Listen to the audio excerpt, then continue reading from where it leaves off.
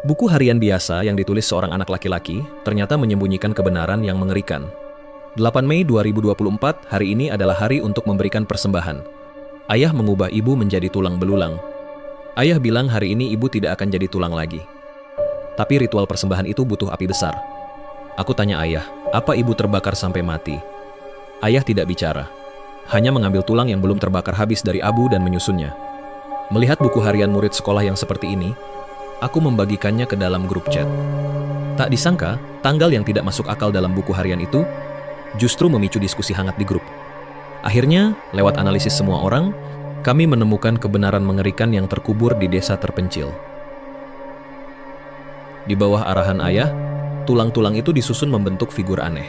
Penduduk desa bilang, ibu telah berubah menjadi roh tulang, menjadi dewa pelindung desa yang akan menjaga semua orang.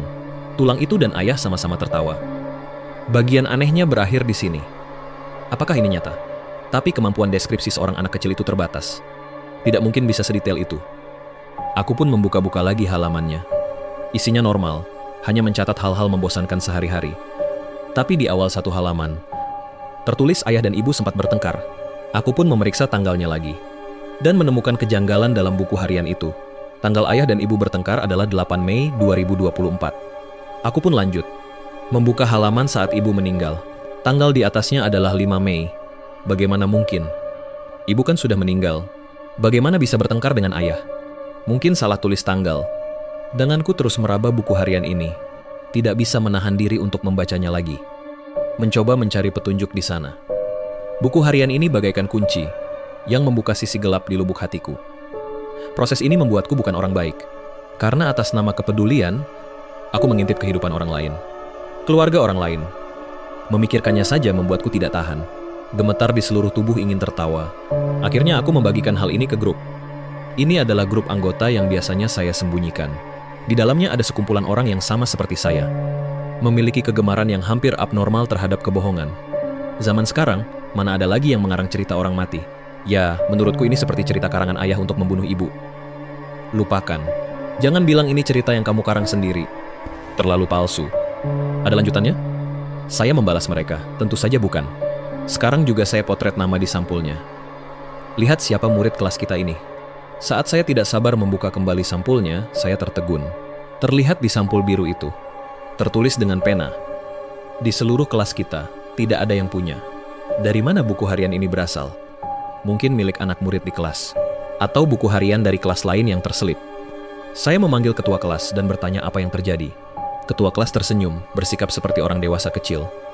Guru, itu buku harian Chen Li. Dia menyebutkan nama itu. Saya sedikit terkejut saat mendengar nama itu. Kenapa harus dia? Ketua kelas memperhatikan raut wajah saya. Dengan hati-hati dia berkata, "Guru, dengarkan saran saya. Jangan cari Chen Li lagi." Alasan ketua kelas berkata begitu. Saya sangat bisa memahaminya. Karena desa yang mereka bicarakan itu adalah tempat yang tidak ingin disinggung. Mereka bilang orang dari desa itu mudah dikenali. Mereka semua memiliki bau kematian. Chen Li juga tidak terkecuali. Tapi bau apa itu? Tidak ada yang bisa memastikan. Ini adalah peringatan agar menjauhi orang dari desa itu. Meski begitu, saya tetap memutuskan untuk bicara dengan Chen Li. Tapi saat itu bel pulang sekolah berbunyi.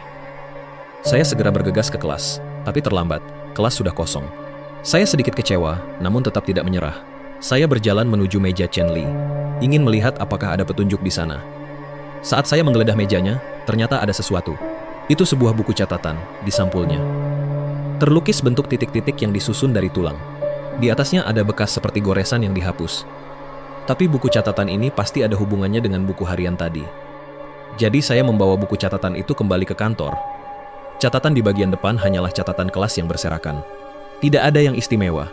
Tapi saat aku membalik dari belakang ke depan, di balik halaman catatan itu, tertulis 4 paragraf yang terputus-putus. Isinya adalah, hari persembahan cucu perempuan sudah dekat.